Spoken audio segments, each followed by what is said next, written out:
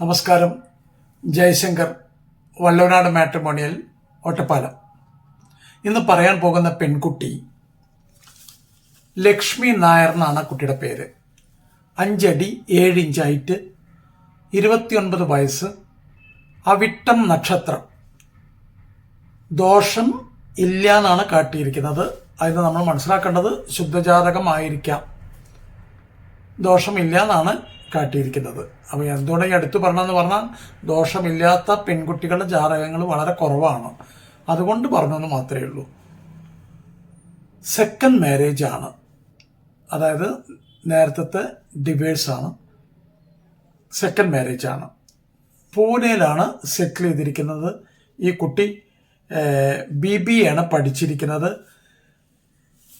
നല്ല പ്രശസ്തമായ ഒരു പ്രൈവറ്റ് ഫേമിലാണ് പൂനെയിൽ. ഞാൻ മനസ്സിലാക്കുന്ന MNC ആണെന്നാണ് ഞാൻ മനസ്സിലാക്കുന്നത്. MNCയിലാണ് വർക്ക് ചെയ്യുന്നത്. 16 ലക്ഷം രൂപ സാലറി ഉണ്ട്.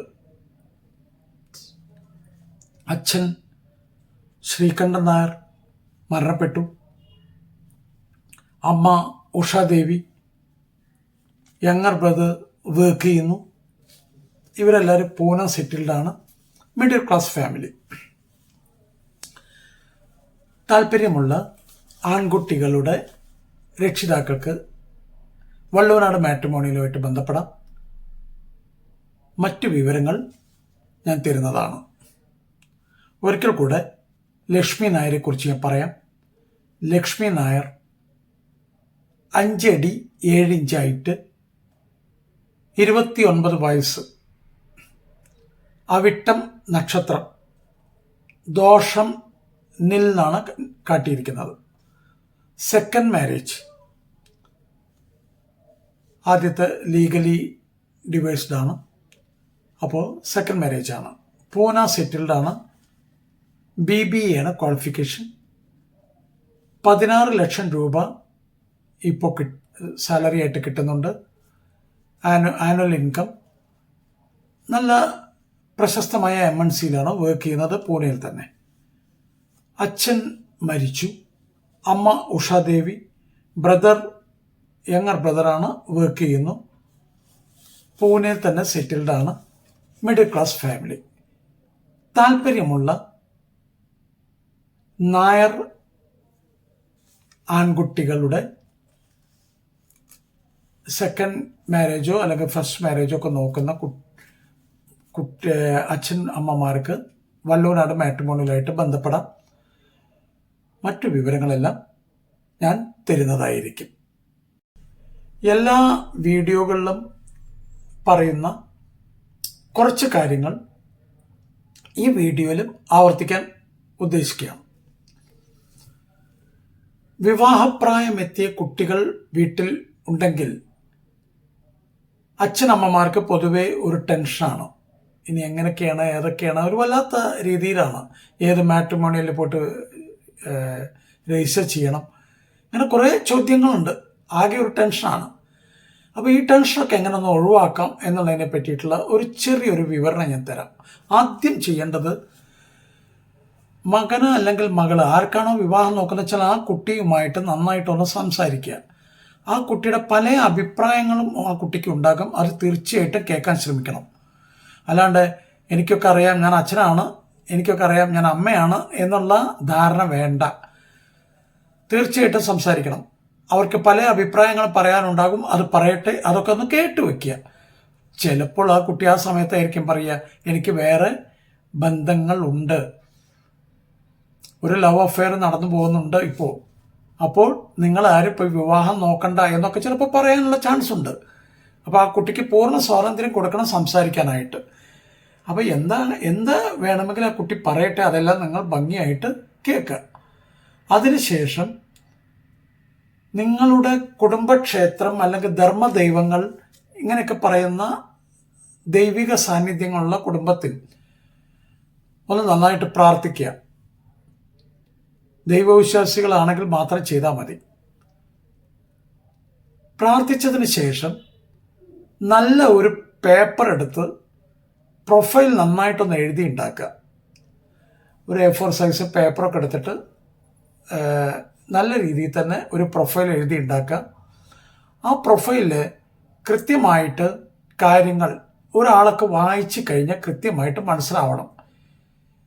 പേര്, height, weight, star, date of birth, birth time, birth place, ജോലി, ഏത് ലൊക്കേഷനാണ്, എന്താണ് ക്വാളിഫിക്കേഷൻ, ജോലി സ്ഥാപനത്തിൽ എന്താണ് ഡെസിഗ്നേഷൻ, എന്തൊക്കെ പഠിച്ചിട്ടുണ്ട്, ഏത് സബ്ജക്റ്റാണ് പഠിച്ചിരിക്കുന്നത്, ഹൈറ്റ്, വെയ്റ്റ്, എല്ലാ കാര്യങ്ങളും കഴിയാവുന്നത്ര കാര്യങ്ങൾ നന്നായിട്ട് എഴുതുക. ആവശ്യമില്ലാത്ത കാര്യങ്ങൾ എഴുതി വെക്കണ്ട. അത് എഴുതിയതിന് ശേഷം 2-3 വട്ടമെങ്കിലും അതൊന്ന് വായിച്ച് നോക്കുക. എന്തെങ്കിലും കുഴപ്പങ്ങളുണ്ടോ? എല്ലാവരും വീട്ടിലെ എല്ലാ അംഗങ്ങളും അതൊന്ന് വായിക്കുക. അപ്പോൾ അവർക്ക് പല അഭിപ്രായങ്ങൾ പറയാനുണ്ടാവും. ഇന്നത് എഴുതൂ, ഇത് ഒഴിവാക്കൂ. അങ്ങനെ 2-3 റിവിഷനെങ്കിലും നടത്തിയതിന് ശേഷം ഫൈനലൈസ് ചെയ്യുക. അതിനുശേഷം നല്ല ഒരു മാട്രിമോണിയൽ സൈറ്റിൽ രജിസ്റ്റർ ചെയ്യുക. എന്താണ് ഈ നല്ല മാട്രിമോണിയൽ സൈറ്റ് എന്ന് പറഞ്ഞു കഴിഞ്ഞാൽ, 1-2 ആളുകളെങ്കിലും നല്ല അഭിപ്രായം പറയുന്ന മാട്രിമോണിയൽ സൈറ്റ് ആണെങ്കിൽ ധൈര്യമായിട്ട് പോയിട്ട് രജിസ്റ്റർ ചെയ്യുക. നിങ്ങളോട് പറഞ്ഞ ആളുകൾക്ക് ചിലപ്പോൾ പെട്ടെന്ന് ശരിയായിട്ടുണ്ടെങ്കിൽ നിങ്ങൾക്ക് പെട്ടെന്ന് ശരിയായിക്കോണമെന്ന് ഒരു നിർബന്ധവുമില്ല. പക്ഷേ അവരോട് കൃത്യമായിട്ട് ചോദിക്കുക, അവരുടെ ടേംസ് ആൻഡ് കണ്ടീഷൻസ് എന്തൊക്കെയാണ്, എത്ര രൂപ വേണം, കല്യാണം ശരിയായി കഴിഞ്ഞാൽ എത്ര രൂപയാണ് വാങ്ങിക്കുക എന്നുള്ള എല്ലാ വിവരങ്ങളും ചോദിക്കുക. ഇല്ലെങ്കിൽ പല കാര്യങ്ങളും വഴക്കും ബഹളത്തിലേക്ക് എത്തും. ഒരു കാരണവശാലും ഇത് ഒരു വഴക്കോ ബഹളത്തിലേക്കോ എത്തരുത്. അങ്ങനെ രജിസ്റ്റർ ചെയ്തതിന് ശേഷം തീർച്ചയായിട്ടും മാട്രിമോണിയൽ സൈറ്റുകൾ നിങ്ങൾക്ക് പ്രൊഫൈലുകൾ അയച്ചു തരും. പ്രൊഫൈലുകൾ അയച്ച് കിട്ടിക്കഴിഞ്ഞാൽ മക്കളെ കാട്ടുക, ഫോട്ടോ കാര്യങ്ങളെല്ലാം കാട്ടിക്കൊടുക്കുക.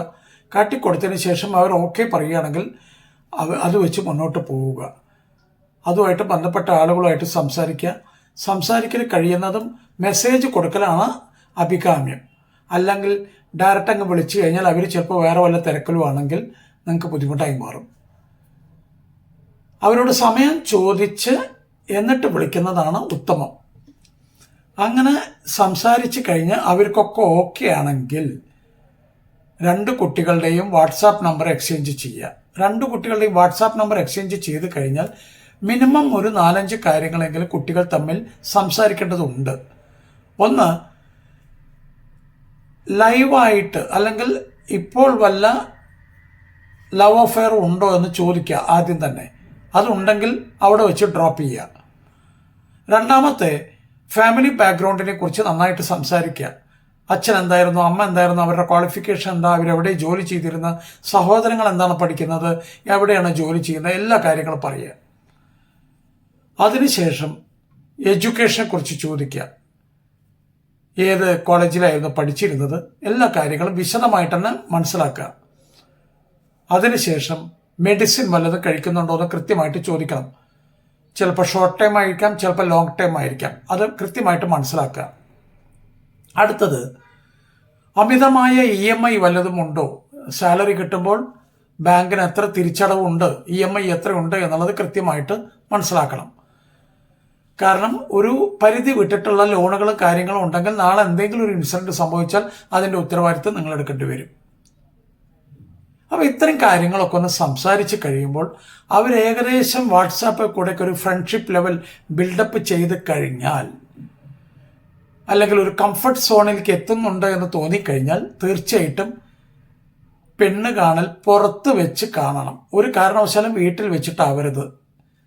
ആദ്യം പുറത്ത് വെച്ച് കണ്ട് ഇവർക്ക് ഈ പറഞ്ഞ കാര്യങ്ങളൊക്കെ ഒന്ന് വീണ്ടും ആവർത്തിച്ച് ചോദിക്കുക. എല്ലാ കാര്യങ്ങളും, അവരുടെ ബോഡി ലാംഗ്വേജ്, ഇതൊക്കെ വളരെ ഇമ്പോർട്ടൻ്റ് ആണ്. നന്നായിട്ടാണ് സംസാരിക്കാൻ ശ്രമിക്കണം. നന്നായിട്ട് സംസാരിച്ച് കഴിഞ്ഞാൽ കുട്ടികൾ വീട്ടിൽ വന്നിട്ട് പറയും കുഴപ്പമില്ല, ഒരു കംഫർട്ട് ലെവലിലാണ്. അപ്പോൾ നിങ്ങൾ പെണ്ണ് കാണൽ ചടങ്ങ് ആ ചടങ്ങായിട്ട് തന്നെ പോയി തീർക്കുക ആ ചടങ്ങ്. അല്ലാതെ വെറുതെ പോയിട്ട് കാപ്പിയും കുടിച്ച് ചായയും കുടിച്ച് പിറ്റേ ദിവസം നോ എന്ന് പറയുന്നതിനെക്കാട്ടും എളുപ്പം നല്ല രീതിയിൽ ഇങ്ങനെയൊക്കെ നോക്കലാണ് ഉത്തമം. അപ്പോൾ എല്ലാ കുട്ടികൾക്കും ഇത് ഇങ്ങനെ നോക്കുന്നതിൻ്റെ ഒരു ഗുണം കൂടെ ഞാൻ പറഞ്ഞുതരാം. ഇങ്ങനെയൊക്കെ ചെയ്യുമ്പോൾ റിട്ടയേർഡ് ലൈഫ്, അച്ഛൻ അമ്മമാരുടെ റിട്ടയേർഡ് ലൈഫ് നല്ല സ്വസ്ഥതയോടുകൂടെ മുന്നോട്ട് പോകുന്നതും കുട്ടികളുടെ ദാമ്പത്യ ബന്ധം നല്ല രീതിയിൽ മുന്നോട്ട് പോകുന്ന കാഴ്ചയാണ് കാണുന്നത്. അല്ലാത്ത കേസുകളൊക്കെ അത്യാവശ്യം പ്രോബ്ലംസൊക്കെ കാണുന്നുണ്ട്. അപ്പോൾ കഴിയുന്നതും നന്നായിട്ടൊക്കെ സംസാരിച്ച് നല്ല രീതിയിൽ തന്നെ കാര്യങ്ങൾ ഭംഗിയായി മുന്നോട്ട് കൊണ്ടുപോകാൻ ശ്രമിക്കുക. എല്ലാ കുട്ടികൾക്കും എത്രയും പെട്ടെന്ന് മംഗളമായിട്ട് തന്നെ വിവാഹം നടക്കുവാൻ വേണ്ടി പ്രാർത്ഥിക്കാം. നന്ദി, നമസ്കാരം. Thank you so much.